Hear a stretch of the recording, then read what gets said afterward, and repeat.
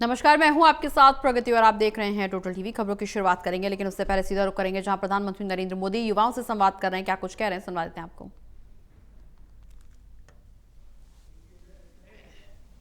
मगर वापस आते हुए माय भारत ने सबको परिवार बना दिया होगा। आपने हाँ पूरी सर। यात्रा अकेले ही की है। ये भारत की जी बेटियों सर। के बढ़ते आत्मविश्वास का प्रतीक है। हमारी कोशिश धन्यवाद है सर। कि हमारा हर युवा, हर बेटी इसी भरोसे और आत्मविश्वास से आगे बढ़े। आइए अब देखते हैं कौन हमारे साथ जुड़ रहा है। जी जी सर, धन्यवाद। जय हिंद, जय भारत, वंदे जय हिंद। मातरम। बहुत बहुत धन्यवाद निकिता जी।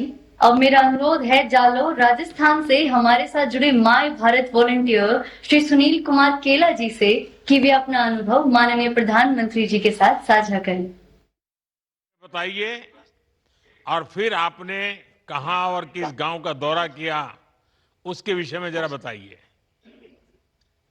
आदरणीय प्रधानमंत्री जी, હું સુનિલ રમેશ કુમાર કેલા રાજસ્થાન રી ગૌરવશાલી ધરતી સુ એક માય ભારત વોલેન્ટિયર હા અને આપરો ઘણો ઘણો આભાર વ્યક્ત કરા હા कि आपने मारे जड़ा कितना युवा ने सीमावर्ती गांव में जाननो देखनो ओथाली चीज रो महसूस करनो अवसर नो।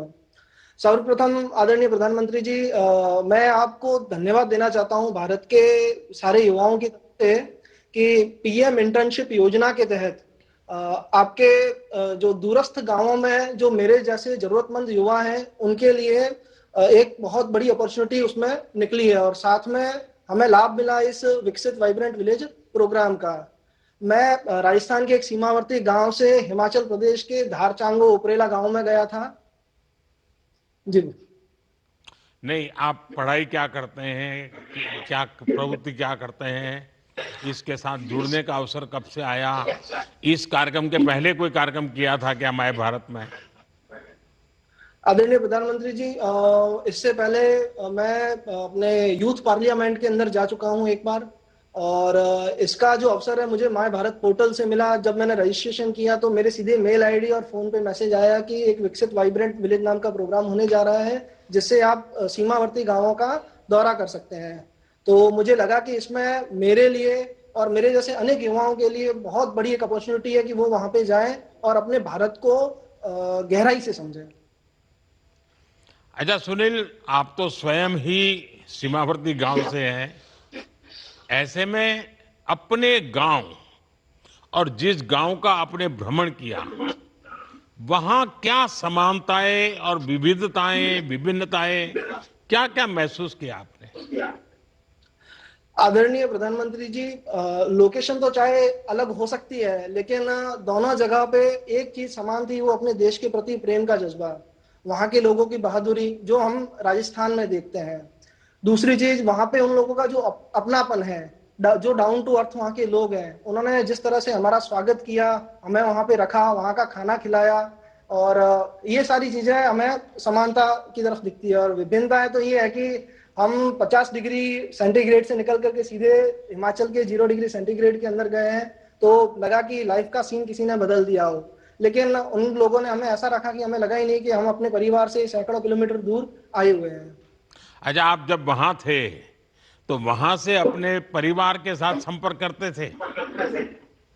जी माननीय प्रधानमंत्री जी, हमने लगभग समझे कि रोज का ही था। हमारे जहाँ कैंप लगा हुआ था वहां से घर पे वीडियो कॉल करके और घर वालों को बताते थे कि ये हमारे पास से जहाँ हम होम स्टे में रुके थे उसके पीछे जो नदी बह रही थी सतलुज, तो उसका व्यू हम रोज अपने घर वालों को बताते थे कि ये व्यू है। यहाँ की जो प्राइमरी स्कूल्स हैं उनके बारे में बताते थे कि कैसी पढ़ाई चल रही है वहाँ पे। वहाँ के जो जन औषधि केंद्र हैं, अस्पताल है, वहाँ का हमने बताया। जो खेल मैदान थे जहाँ खेलने गए थे टूर्नामेंट, तो उसके बारे में हमने अपने घर पे वीडियो कॉल से बताया। वहां से अपने दोस्तों को कोई फोटो वोटो भेजी थी क्या? ये रोज रेगुलर फोटो भेजते थे, इंस्टा पे, व्हाट्सएप पे, फेसबुक पे पोस्ट करते थे, तो सारे लोग पूछने लगे कि भाई साहब कहाँ जा रहे हो, कैसे जा रहे हो और आपने यहाँ पे जाने के लिए क्या यूज किया है। तो हमने उनको बताया कि माय भारत पोर्टल से रजिस्ट्रेशन करके और क्विज कंपटीशन जीत करके जो मेरा नंबर लगा है, जो मुझे चयनित किया गया है, वहां से उस माध्यम से मैं वहां पे पहुंचा हूँ। सुनील जी कहते हैं कि भ्रमण से भ्रम मिटते हैं, भ्रमण से भ्रम मिटते हैं। मैं ये योजना चाहता हूं कि भारत के बॉर्डर विलेजों को लेकर आमतौर पर जो लोगों के मन में भ्रम होते हैं, आपको भी शायद जाने से पहले रहे होंगे, आपको अगर कोई पूछे कि भाई वहां जाने के बाद पहले की आपकी सोच, पहले के जो भ्रम थे, उसमें क्या क्या भ्रम मिटे होंगे? आदरणीय प्रधानमंत्री जी, जब हमारी ब्रीफिंग नहीं हुई थी तब तक हमें ऐसा लगा कि हम वहां जाएंगे तो रास्ते कैसे होंगे वहां पहुंचने के लिए, वहां पे रहने के लिए जगह कैसी होगी, खाना कैसा मिलेगा, लाइट होगी या नहीं होगी, हमारा फोन चालू होगा कि नहीं होगा, ये सब चीजें बहुत सारी हमारे दिमाग में थी। क्योंकि ऑनलाइन जितने भी हमने आज पुराने वीडियो देखे हैं तो उसमें हमें ऐसा लगा कि वहां पे सुख सुविधाएं बाकी भारत से अलग है। क्योंकि चूंकि मैं राजस्थान से रहता हूँ और ये एक बड़ा स्टेट है, बड़ा राज्य है, तो यहाँ लोग भी बहुत है और बाहर से लोग आते भी बहुत है। तो मुझे लगा कि बॉर्डर विलेज जो पहाड़ों के बीच में आया हुआ गांव है वहां पे जाके कैसा होगा, लेकिन जब मैं वहां पे पहुंचा तो वहां की सड़कें हमारे राजस्थान की सड़कों को टक्कर दे रही थी। और जिस ड्राइवर भैया के साथ हम गाड़ी में बैठ के जा रहे थे तो उन भैया ने हमें बताया कि आप जिस गाड़ी में अभी बैठ के गाने सुनते हुए मजे से जा रहे हो, यहाँ पे कुछ समय पहले तक खड्डे ही थे, बड़ी गाड़ियां आ जा नहीं सकती थी, और अब इतने शानदार हाईवे बन रहे हैं कि हमारे घर के बाहर ही सड़क आ रही है। क्योंकि हम 3 दिन बेस कैंप में रहे थे और वहां से निकल करके हमारी जो ब्रीफिंग हुई और उसके बाद हम वहां से निकल करके जहाँ अपने अपने गांव में जा गए, जैसे मैं चांगो गांव में गया था, तो उस गांव तक के लिए हमें जो मन में कल्पना थी कि हम जाएंगे, जहां तक रास्ता जा रहा है वहां तक गाड़ी में जाना और फिर उतर करके ट्रैकिंग करके और हम अपने गांव जाएंगे। तो जैसे ही हमारी आंख खुली उस बस में से, गाड़ी में से, तो हमने देखा कि हमारी जो बस रुकी हुई है वो जस्ट हमारे होम स्टे के बाहर ही रुकी है। तो वो कभी हमने विचार नहीं किया था। वहां के बुजुर्ग बताते हैं कि माननीय प्रधानमंत्री मोदी जी आपके ही समय में उन्होंने आजादी के बाद पहली बार वहां से बिजली से बल्ब जलते हुए देखा है। उससे पहले जब भी अंधेरा होता था तो वो अपने घर से बाहर नहीं जाते थे। और हम वहां गए तो हमने रात में वहां पे बैडमिंटन भी खेला रात के समय। और एक बात तो मैं आपको बताना ही भूल गया माननीय मोदी जी कि वहां पे हर जगह पे सोलर प्लेट और लगी हुई है जहां से वो लोग बिजली यूज करते हैं। हमारे राजस्थान में मैंने बहुत सारी सोलर प्लेटें और पवन चक्कियां देखी है और रोज देखते भी हैं हम लोग, लेकिन वहां हमने देखा तो उन लोगों ने बताया कि ये हमारे माननीय मोदी जी की सोलर ऊर्जा से प्लेट बनी हुई है। अब उनको ये नहीं पता कि पीएम सूर्यघर योजना के तहत ये सारी सुविधाएं अब हर वहां पे आम जन को मिल रही है। अच्छा सुनील जी, अभी भी उन लोगों से कोई संपर्क रखते हो कि आते ही भूल गए उन लोगों को और वो आपको भी भूल गए? नहीं नहीं नहीं नहीं, जैसा पहले निकिता बहन ने बताया है, चूंकि हमारा होम स्टे एक ही था तो सुभाष जी और शकुंतला जी से आज भी संपर्क बना हुआ है। और सिर्फ वो गांव नहीं, हिमाचल में हमारे जो वॉलेंटियर थे, जो चंबा से थे, हमीरपुर से थे, अलग अलग कसोल से थे, तो उन सब से आज भी संपर्क बना हुआ है। और उनको मैं स्पेशली इनविटेशन देके आया हूं कि आप हमारे राजस्थान में आइए, क्योंकि आप भी सीमावर्ती क्षेत्रों में रह रहे हैं, और हमारे राजस्थान के जैसलमेर में आइए, तनोट माता मंदिर के दर्शन कीजिए, बाड़मेर में आइए। और आपके माध्यम से एक बार फिर मैं उन सबको निमंत्रण देना चाहूंगा कि आप आइए कृपया करके राजस्थान में हमारे धोरों की जो आज इस कार्यक्रम में आपके गांव के लोग भी जुड़े हैं क्या, वहां के वाले? जी, जुड़े हुए हैं। अच्छा सुनील जी, आपसे बात करके लगा कि सीमावर्ती गांव चाहे राजस्थान का हो, कश्मीर का हो, हिमाचल का हो या फिर नॉर्थ ईस्ट का, हर जगह का युवा एक ही तरह से सोचता है।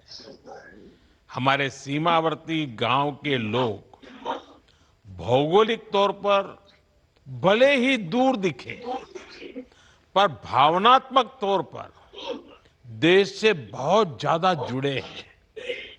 इसी सोच के साथ हमने सीमावर्ती गांवों को देश का पहला गांव बनाया। वरना आपने तो अनुभव किया होगा, आजादी के बाद तो उन्हें आखिरी गांव कहकर छोड़ दिया गया था। Those who were last in priority earlier are now the first. आइए अब देखते हैं देश के किस हिस्से का युवा हमसे जुड़ रहे हैं। बहुत बहुत धन्यवाद। अनुरोध है हैदराबाद तेलंगाना से हमारे साथ जुड़ी चित्तूर की माई भारत वॉलंटियर भव्यश्री जी से कि वे अपना अनुभव हम सभी के साथ साझा करें। నమస్కారం గౌరవనీయులైన ప్రధానమంత్రి గారు, నా పేరు భవ్యశ్రీ. నేను ఆంధ్రప్రదేశ్లోని చిత్తూరు జిల్లా తరపున మై భారత్ భవ్య గారు. Yes sir. Yes sir. हाँ भव्या गारू बताइए, वेरी गुड इवनिंग. पहले अपने बारे में बताइए, फिर किस गांव में जाना हुआ, आपको आज सिलेक्शन कैसे हुआ, जाने से पहले मन में कितनी दुविधाएं थी, क्या डर था, वो बताइए। Okay, sir. I'm the person who always learn beyond the academics, and I am always curious to learn new things, sir. That's how I connected with My Bharat and participated in every quizzes, and I got selected in Vikasit Vibrant Village program. That was the greatest moment in my life, and where I created so many memories. And here, while starting from my native place Chittoor, there was some fear inside me, like the lifestyle there was very new, and the climate, food, culture, tradition, whatever it is, very new to us. But after reaching Harshil Valley in Uttarkashi, the interaction with the people and the warm welcoming of the officials was completely changed in my perspective. And we also interacted with ITBP officials also. So here we interacted with them, and I saw their discipline, humility, and dedication, commitment towards the nation, which made me proud to be an Indian, sir.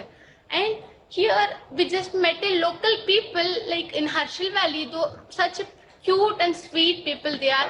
They welcomed with a lot of they took care and shown love to us, and they just gave me an aloo paratha, which was very new to us, and we just saw new type of foods there, and we had different cultural activities also, sir.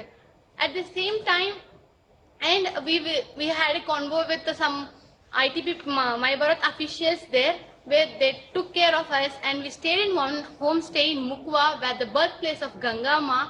The interaction with them, people staying in home, that was very nice to us. It touched my heart, sir. Just in these 7 days, we felt like I am staying in my home only.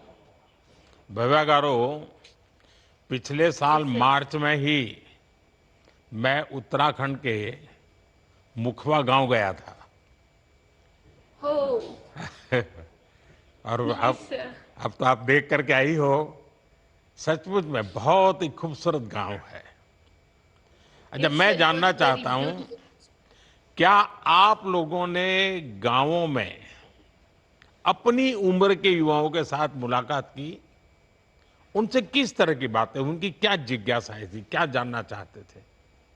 Yes, sir. Before that, I want to share that one thing in this beautiful part of this program was we met different young people from different states. We spoke different languages and came from different culture. But within few days, we became close friends and like a family. Here we came as strangers, but left as a one family, sir. That is the real vibe of India. And at the same time, here people often say India is diverse, but in this journey, I really felt it, sir. And coming to the youth in Harshil Valley, we met different people through my Bharat registration drive. Here they interacted with us and they treated me like their own sister, sir. And they just they shown love to me and just give some flowers to me also. And we just interact with them, and they asked me that how you came here and what was the process. And I explained about My Bharat to them, because I have personal experience from my friends, sir, because we visited so many places in these 7 days of program. And I shared the pictures, beautiful landscape of Neelang and Jadung Valley, beautiful apple orchards. I shared the pictures in my Instagram, and it has huge response from my friends. And here that was created major FOMO from, like they started fear of missing out and started like, how you went? And I just explained about My Bharat, and someone said, how lucky you are, and said, I am so jealous of you, Bhavya. You left us without us. Like that, the people are messaging me. And I said, I just shared the link to you, but you are not showing interest. But now, they are after this thing happened, they just log in into my Bharat also and said next time I will came with you, sir. This is the interaction we had with youth and my friends also, sir. Andhra में तो ठंड होती नहीं है, वहाँ तो ठंड बहुत होगी। उस ठंड में कैसे रहना हो गया? It must be very cold there. और दूसरा, वहाँ सूरज बहुत जल्दी निकलता है, सनराइज बहुत जल्दी होता है, तो कैसे मैनेज कर रही थी आप? Yes, sir. We are the people living in 30 to 40 degree of Celsius. But here in Harshal Valley, it was 5 degree Celsius, sir. We just feel there was a little bit fear inside me. How are we gonna survive there? And after reaching that, but some of the like my birth officials give some kit to us to like jacket, whatever it is, and there was the different type of clothes was there, sir, to wear. And but it's not like there is not that much different, because there is some bed sheets and cloths which was made by woolen, and we also visited some handlooming places where the woolen crafts did happen. It was such a great thing, and we just wear gloves, caps, socks. What we just became like one army man, like jacket full of green color jacket and full of gloves and trekking shoes. Whatever it is, it made us so warm, sir. भव्य गारू, आपके हिसाब से उन लोगों का lifestyle आप लोगों से कैसे अलग था? आपने क्या ऑब्जर्व किया Yes. About their lifestyle? Yes, sir. So here we are the people. We feel sad for little things, but after the 7 days program, here we just visited different villages like Mukhwa, Dharali, Bhagori. We interacted with the people. They are so humble and down to earth, and they just shown love, care, and with a smile. Always they are smiling like that. And we visited Dharali also, where the landslide occurs. And I interacted with one of the people. Like, it was very hard to live here, right? How you are living, like it was happening, landslide was continuously happening, right? So how you are staying here, like that I asked it. They just answered me with a smile. It will happen, but if we will go from here. It was a native place of us. It was the birthplace of us. If we leave, then who will stay here? Like that they answered. At that time, I realized that how people are so confident here. There are hardships, so many hardships are there, so many things are happening, but they are staying here with lot of confidence. That's the thing I learned from them, sir. अच्छा, वहाँ के लोगों का dance बहुत slow होता है और बहुत रिदमेटिक होता है। आपने डांस वगैरह सीखा क्या? అక్కడికి డాన్స్ చాలా స్లోగా ఉంటుంది, రిథమ్ ఉంటుంది. Yes, sir. The dance was very slow, and in our last day we had cultural activities also. Here we saw some of the cultural activities. The Gadwali song they played, and some of like they danced for that. It was like slow motion. First we felt like why these people are just moving like that. After that we sync with rhythm. It was feel like very good dance. In our state, we had like, and I'll say in Telugu, it was a Natu. Like full, we will dance with full of josh, and we just get tired. But there, it was slow motion with a rhythm, sir, which felt like a meditation and peaceful thing. We just felt like we just went to dream, and we just seeing like that only. There is no that much hard and not like that. And just we are like dreaming and seeing them. They are just dancing like with a slow motion. We are also dancing with like that. Bhavya गारू, आपसे बात करके ये भावना और सशक्त हुई है कि मेरे देश के युवा के लिए सबसे पहले देश है। The way you have upheld the spirit of एक भारत श्रेष्ठ भारत विल इंस्पायर अदर्स। अच्छी बात यह है कि आपने खूब मौज मस्ती की। सही में आपकी रील्स देखकर तो आपके आंध्र प्रदेश वाले दोस्तों फूंगों में आ गए होंगे। ऐसे ही हमेशा प्रसन्न रहे। बहुत बहुत बधाई। चलो अब और किसी से बात करते हैं। किससे बात करनी है अब? अब बहुत धन्यवाद भव्यश्री जी। अब मेरा अनुरोध है अंडमान एवं निकोबार द्वीप समूह से हमारे साथ जुड़ी माय भारत वॉलंटियर सयंतिका मिस्त्री जी से कि वे अपना अनुभव हम सभी के साथ साझा करें। Namaskar to Honorable Prime Minister Sir. My name is Shayantika, a proud My Bharat volunteer from the very beautiful Andaman and Nicobar Islands.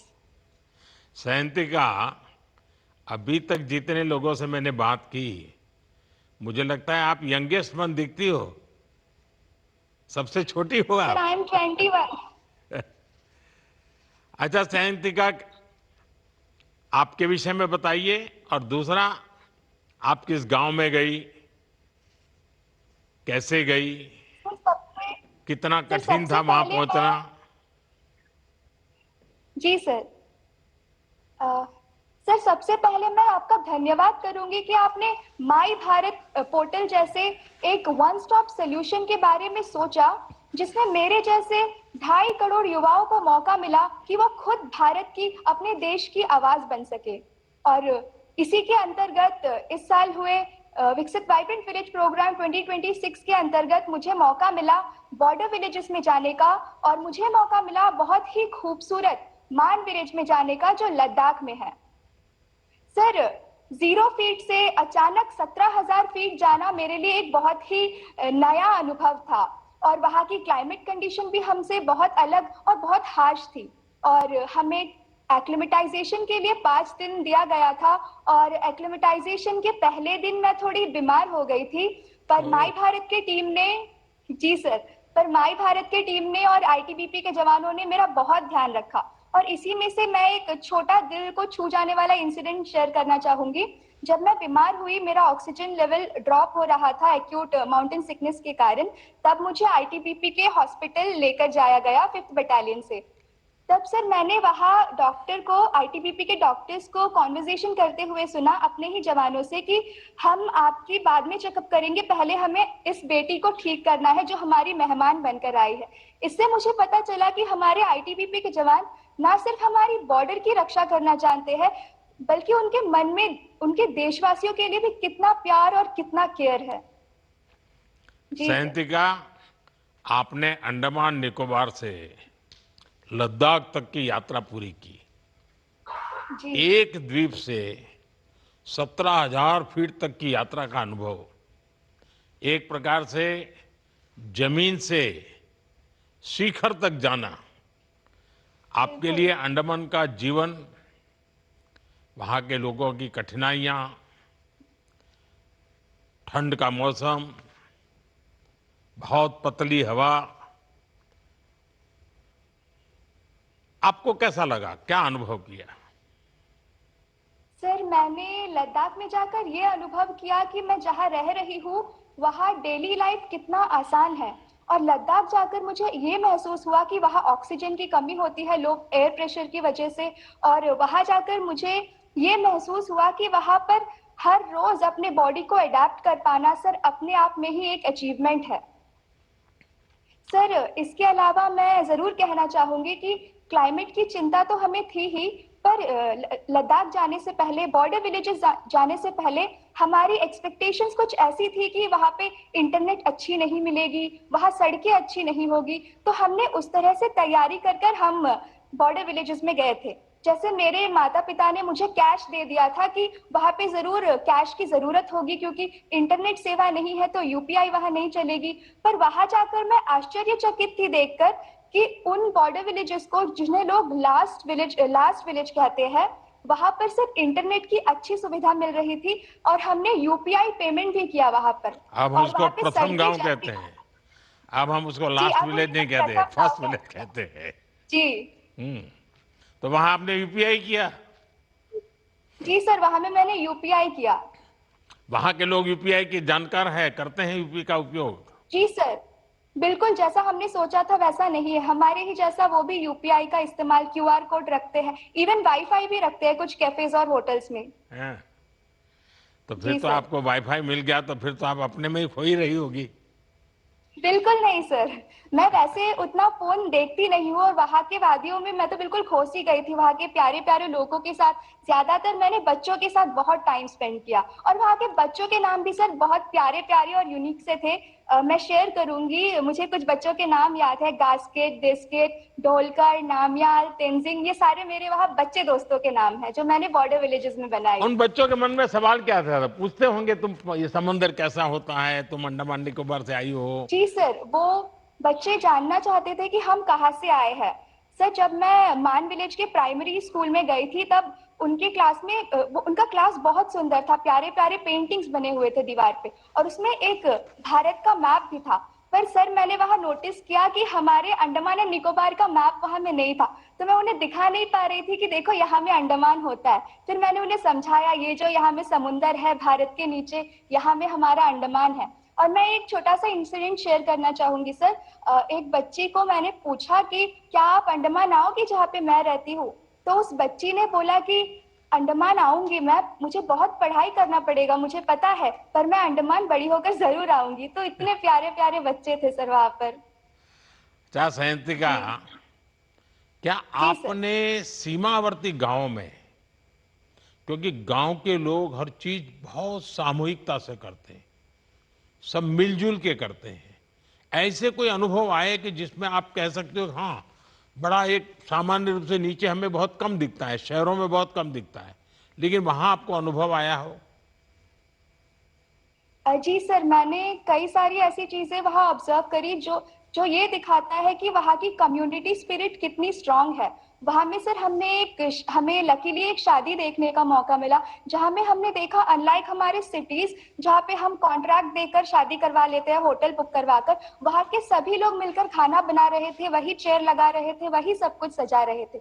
इसके अलावा जहाँ जो लोकल मोनास्ट्रीज होते हैं उससे भी वहाँ के लोकल्स काफी कनेक्टेड होते हैं और उसमें जो भी इवेंट होता है, जो भी उनका होता है रिलीजियस, वो सब मिलजुल कर करते हैं। इसके अलावा एक और इंसिडेंट मैं शेयर करना चाहूंगी जो मैंने खुद तो नहीं देखा पर वहाँ के नंबरदार से सुना है सर। एक बार एक टावर जब गिर गई थी तब गांव वालों ने किसी अथॉरिटी की वेट किए ये बिना मोबाइल टावर, मोबाइल टावर। जी सर।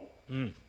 जी सर। तो मुझे ये सुनने को मिला कि गांव वालों ने बिना किसी अथॉरिटी के वेट किए खुद ही आपस में ये डिसाइड किया कि वही टावर को खड़ा करेंगे। और बस इतना ही नहीं सर, मुझे तो अंदाजा नहीं है पर शायद कुछ बैटरीज की जरूरत होती है टावर के लिए और उन लोगों ने साथ मिलकर उन बैटरी के लिए एक वेयर हाउस भी खुद से बनाया मिलकर। अरे वाह। जी सर, तो ये थी वहाँ के लोगों की कम्युनिटी स्पिरिट, इससे मैंने भी बहुत कुछ सीखा। सयंतिका, निश्चित तौर पर ये यात्रा आपके जीवन पर बहुत प्रभाव डालेगी। जी सर। When you कभी नहीं share भूलूंगी। joy, it multiplies. आप जब अपने घर के लोगों से बातें करें, अपने दोस्तों से बातें करें, स्कूल कॉलेज में शायद इस अनुभवों को शेयर करें, तो इसके जी विषय सर। में कुछ न कुछ लिखते रहना चाहिए। इन अनुभवों को एक किताब के रूप में, आर्टिकल के रूप में और औरों में भी जागरूकता फैलानी चाहिए कि देश कितना विशाल सर। है, देश के लोगों की भावना कैसी है। और आपकी यात्रा ने जिस प्रकार से आपको मन को देश के प्रति लगाव पैदा करने वाला, देश का एक अनुभव करने वाला, इन बिल्कुल सारी सर। चीज़ों को आपने शेयर करना चाहिए, औरों को सिखाना चाहिए, समझाना चाहिए। चलिए, बहुत अच्छा लगा। धन्यवाद। आपको बहुत बहुत बधाई। आइए सर, अब एक देखते छोटी सी हैं रिक्वेस्ट देश के करना किस हिस्से चाहूंगी। से हम जुड़ रहे हैं। आपका बहुत बहुत धन्यवाद सयंतिका। और अब मेरा अनुरोध है जौनपुर उत्तर प्रदेश से हमारे साथ जुड़े माय भारत वॉलंटियर आशीष सोनी जी से कि वे अपना अनुभव हम सभी के साथ साझा करें। नमस्कार माननीय प्रधानमंत्री जी। नमस्ते आशीष जी। मैं आशीष सोनी उत्तर प्रदेश के जौनपुर जिले का एक गर्वित वॉलंटियर हूँ। मैं शक्तिपीठ माँ शीतला के पावन धरातल से हम सब के चहेते और हम सब युवाओं के फ्रेंड्स माननीय प्रधानमंत्री जी को प्रणाम करता हूँ। आपको भी प्रणाम। सर, सबसे पहले मैं आपको हृदय की गहराइयों से धन्यवाद देता हूँ कि आपने इस बार बजट निर्माण की प्रक्रिया में युवा की आवाज को महत्व दिया तथा उनके विचारों और सुझाव को भी इंक्लूड किया। यह कोई आम बजट नहीं था, यह बजट युवा भागीदारी और युवा के प्रति आपका विश्वास था सर। आशीष जी, एक तो आपके विषय में बताइए और दूसरा आपका किस गांव में जाना हुआ? सर मैं अभी करंटली यूपीएससी के लिए प्रिपेयर कर रहा हूं सर। मुझे हिमाचल प्रदेश के स्पीति के काजा खास में जाने का मौका मिला सर। जब मेरे घर पे मेरे मम्मी पापा को पता चला कि मुझे हिमाचल में जाना है तो वो बहुत परेशान हो गए, क्योंकि वो बता रहे थे कि एक वक्त था कि हमें किसी से बात करना होता था तो बार बार टेरेस पे जाना पड़ता था, नेटवर्क ही नहीं आते थे सर। जब मैं स्पीति पहुंचकर 14,000 फीट की ऊंचाई से उन्हें वीडियो कॉल करता हूं तो इनकी आंखों में एक चमक और चेहरे पे आश्चर्य दिखाई देता है। उस समय मुझे लगता है सर कि माई भारत ने दो पीढ़ियों को जोड़ दिया है। एक वह पीढ़ी जिसने संघर्ष देखा और एक वह पीढ़ी जो परिवर्तन को देख रही है। तो टेक्नोलॉजी ने हिंदुस्तान के हर कोने तक अपना साम्राज्य बिछा दिया है। Yes sir. अच्छा आशीष जी, अगले जी सर, सिक्किम के दुनिया के सबसे ऊंचे डाकघर का आपने कोई उपयोग किया? यस सर, मैं आपको बताना चाहूंगा कि मैं दुनिया के सबसे ऊंचे पोस्ट ऑफिस जब सिक्किम पर पहुंचा तो सर मुझे लगा कि लोकेशन आउट ऑफ कवरेज हो गया है, बट यह देश आउट ऑफ कनेक्शन नहीं होता सर। मैंने स्पेशली अपने फ्रेंड प्रधानमंत्री जी को एक पत्र लिखा जिसमें मैंने बताया कि सर मैं तहे दिल से आपका बहुत बहुत आभार करता हूं कि आप हर दिन युवाओं को एक नया अवसर देते हैं कि जिससे यह युवा विकसित भारत का नेतृत्व कर सके। वहां से मैंने अपने परिवार को, ministry of youth affairs, defence minister और अपने डीएम सर को पत्र लिखा। सर मुझे वहां पे ऐसा फील हुआ कि यह देश मेट्रो एयरपोर्ट से ही नहीं कनेक्टेड है, यह देश उस छोटे छोटे पोस्ट ऑफिसों से भी कनेक्टेड है जो अपने तिरंगा की तरह अडिग खड़े रहते हैं। सर सिक्किम के पोस्ट ऑफिस से हम देश के किसी कोने में अपना संदेश पहुंचा सकते हैं। सर वहां मुझे बस एक गीत ही याद आ रहा था, सारे जहां से अच्छा हिंदुस्तान हमारा। आशीष जी,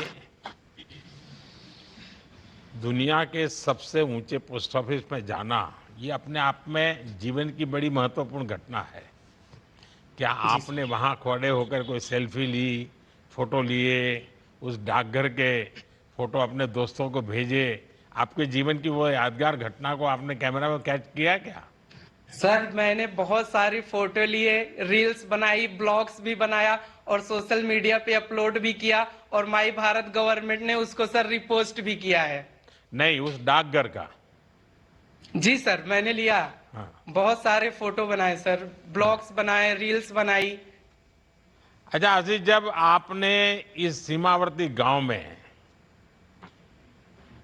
और वहां भी कहते हैं कि अब तो हर गांव में डिजिटल पेमेंट पहुंच गया है, शायद वहां यूपीआई का भी पेमेंट हुआ होगा, वो भी कभी अनुभव आया क्या? सर और मेरे लिए ये जैसे आपको लगा कि आपकी वीडियो कॉन्फ्रेंस हो रही है, पहले आपके गांव में छत पे जाते थे तब कनेक्शन मिलता था, कनेक्टिविटी मिलती थी, वहां आपको फेसबुक पर बात कर पाते थे, वीडियो कर सकते थे। ये डिजिटल ट्रांजैक्शन का हमारा काम जो चल रहा है उसका वहां क्या अनुभव है?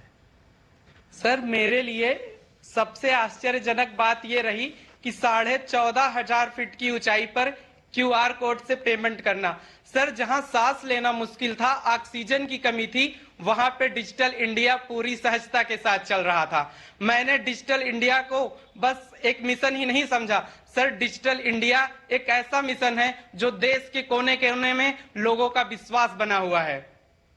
अच्छा, आने के बाद आपके दोस्त आपको क्या पूछ रहे हैं और आप क्या बता रहे हैं? सर आने के बाद सबने पूछा कि कैसे गए, क्या हुआ, फिर मैंने माई भारत के रजिस्ट्रेशन के बारे में उनको बताया। सर मैं आपसे एक एक्सपीरियंस और शेयर करना चाहता हूं कि सर मुझे सेल्फ हेल्प ग्रुप में माताओं बहनों से मिलने का मौका मिला। जब मैं वहां पर पहुंचा तो सर मैंने अपनी आंखों से देखा कि वो विकसित भारत और आत्मनिर्भर भारत का भविष्य लिख रही हैं। किसी के हाथ में फोन है, वो डिजिटल माध्यम का प्रयोग करके अपना सामान बेच रही है। कोई माताएं बहनें होम स्टे चला रही हैं। और सर वहां सी बख्तून की खेती होती है, कोई सी बख्तून से एनर्जी ड्रिंक बना रही हैं। मैंने उन सब के साथ मिलके बैठ के सर उन्हें पीएम मुद्रा योजना के बारे में बताया, दीनदयाल अंत्योदय योजना के बारे में बताया कि किस इस सब गवर्नमेंट स्कीम का वो प्रयोग करके ज्यादा से ज्यादा अपने इकोनॉमिक एक्टिविटी को बूस्ट कर सके सर। और मेरे लिए सबसे अच्छा ये था कि सर मैं चीचम ब्रिज पर गया। 2017 के पहले चीचम ब्रिज बना सर। 2017 के पहले कोई भी कनेक्टिविटी किब्बर गांव से और चीचम से कुछ नहीं था सर। वो बॉर्डर रोड ऑर्गेनाइजेशन ने जब वो ब्रिज बनाया, आज किब्बर और चीचम गांव की कनेक्टिविटी बहुत अच्छे से हो गई है। वहां पे टूरिज्म सर बहुत अच्छे से बढ़ रहा है, इकोनॉमिक एक्टिविटी बहुत अच्छे से बूस्ट हो रही है। और सर वहां पे नाइट टूरिज्म का स्कोप बहुत अच्छा है, क्योंकि रात में सर वहां पे जो तारे हैं बहुत क्लियर दिखाई देते हैं। शॉपिंग वगैरह किया कि नहीं किया? हाँ सर, बहुत शॉपिंग किया, डिजिटल पेमेंट किया। क्योंकि मैं देश के सब लोगों से आग्रह करता हूं कि आप कहीं यात्रा पर जाएं, कहीं टूरिज्म पर जाएं, तो ये हमारा जिम्मा है कि हमारा टोटल जो खर्च है, बजट यात्रा का या प्रवास का या टूर का, ट्रैवल का, पूरा खर्चा घर से निकले तब तक, उसका कम से कम 5% पैसा स्थानिक लोगों से कुछ न कुछ खरीदना चाहिए, कुछ न कुछ खरीद के लाना चाहिए, ताकि वहाँ के लोगों को भी रोजगार मिले और उनकी पहचान हिंदुस्तान के कोने कोने तक पहुंचे। और इसलिए खरीद जरूर करना चाहिए।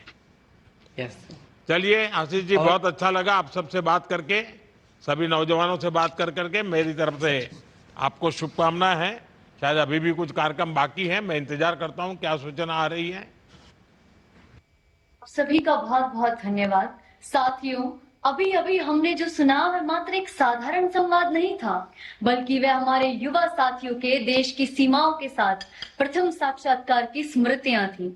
और सर, यही तो वह भावना है जो विकसित वाइब्रेंट विलेज प्रोग्राम की नींव है, जहां आपने ठान लिया है कि सीमा पर बसा हर गांव अब आखिरी गांव नहीं, बल्कि देश का पहला प्रहरी और विकसित भारत का पहला द्वार बनेगा।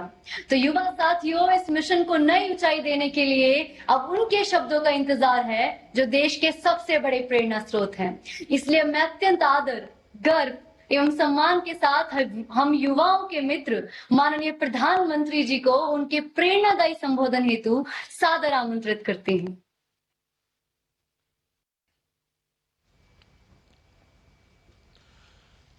साथियों, आप सबसे बात करके बहुत अच्छा लगा। आज हमारे साथ केंद्रीय मंत्रिमंडल के मेरे सहयोगी मनसुख मांडविया जी, मंत्री रक्षा खड़से जी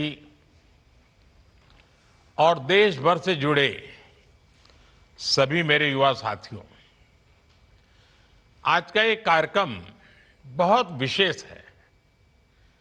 देश भर के करीब 250 जिलों के युवा साथी इस प्रोग्राम से जुड़े हैं। मैं आप सभी का अभिनंदन करता हूं। साथियों, कुछ साल पहले हमने मेरा युवा भारत, माय भारत मंच बनाया था। आज इससे देश भर के करोड़ों युवा जुड़े हैं और आज पूरे देश में माय भारत के युवा साथी बहुत प्रशंसनीय काम कर रहे हैं। विकसित भारत डायलॉग से लेकर विकसित वाइब्रेंट विलेज प्रोग्राम तक आप सभी ने अपना सामर्थ्य बखूबी दिखाया है। साथियों, विकसित भारत यंग लीडर्स डायलॉग के दौरान मैंने एक विचार युवाओं के सामने रखा था। विचार यह था कि क्यों न युवा साथी वर्चुअल माध्यम के बजाय जमीन पर उतरकर भारत को जाने, भारत से जुड़े, भारत को जीने की कोशिश करें, भारत को समझें। भारत के गांवों में विकसित होने के लिए कितनी आकांक्षाएं हैं, ये गांवों में जाकर पता चलती है। और हमारे सीमावर्ती गांवों में विकास की आकांक्षा और देशभक्ति की भावना, ये हम बराबर बराबर, और कभी तो लगता है कि उनके लिए खुद से ज्यादा देश होता है। देश पहले, बाकी सारी सुविधाएं बाद में, ये हमको सीमावर्ती गांवों में खास अनुभव आती है। और इसलिए उद्देश्य ये था कि देश के अलग अलग जिलों के युवा हिमाचल, उत्तराखंड और लद्दाख के गांवों की यात्रा करें। वहां लोग कैसे रहते हैं, खान पान कैसा है, कामकाज, संस्कृति, जीवन व्यवहार, ये सारी बातें क्या है, चुनौतियां क्या है। देश के प्रथम गांव में बैठे हुए लोग देश की सुरक्षा के लिए कितने जागरूक है, देश के अन्य भागों से उनका लगाव, निकटता कितनी है, इन सभी चीजों का अनुभव मेरे देश के नौजवानों को मिले, ये हमारा उद्देश्य था। और जो उत्साह पूरे देश के युवाओं में दिखा, वो अद्भुत है। लगभग 3 लाख युवाओं ने इस प्रतियोगिता में भाग लिया और उनमें से 400 से अधिक युवाओं का चयन हुआ। आप सभी एक सप्ताह तक इन दूर सुदूर के गांवों में रहे। अननोन जगह थी आपके लिए। आपने वहां के जीवन को जीने की कोशिश की, आप उसके अंदर घुल मिल गए, अपनी संस्कृति को वहां की संस्कृति के साथ जोड़ा, कनेक्ट किया। एक भारत श्रेष्ठ भारत का इसमें, और इससे उत्तम उदाहरण शायद ही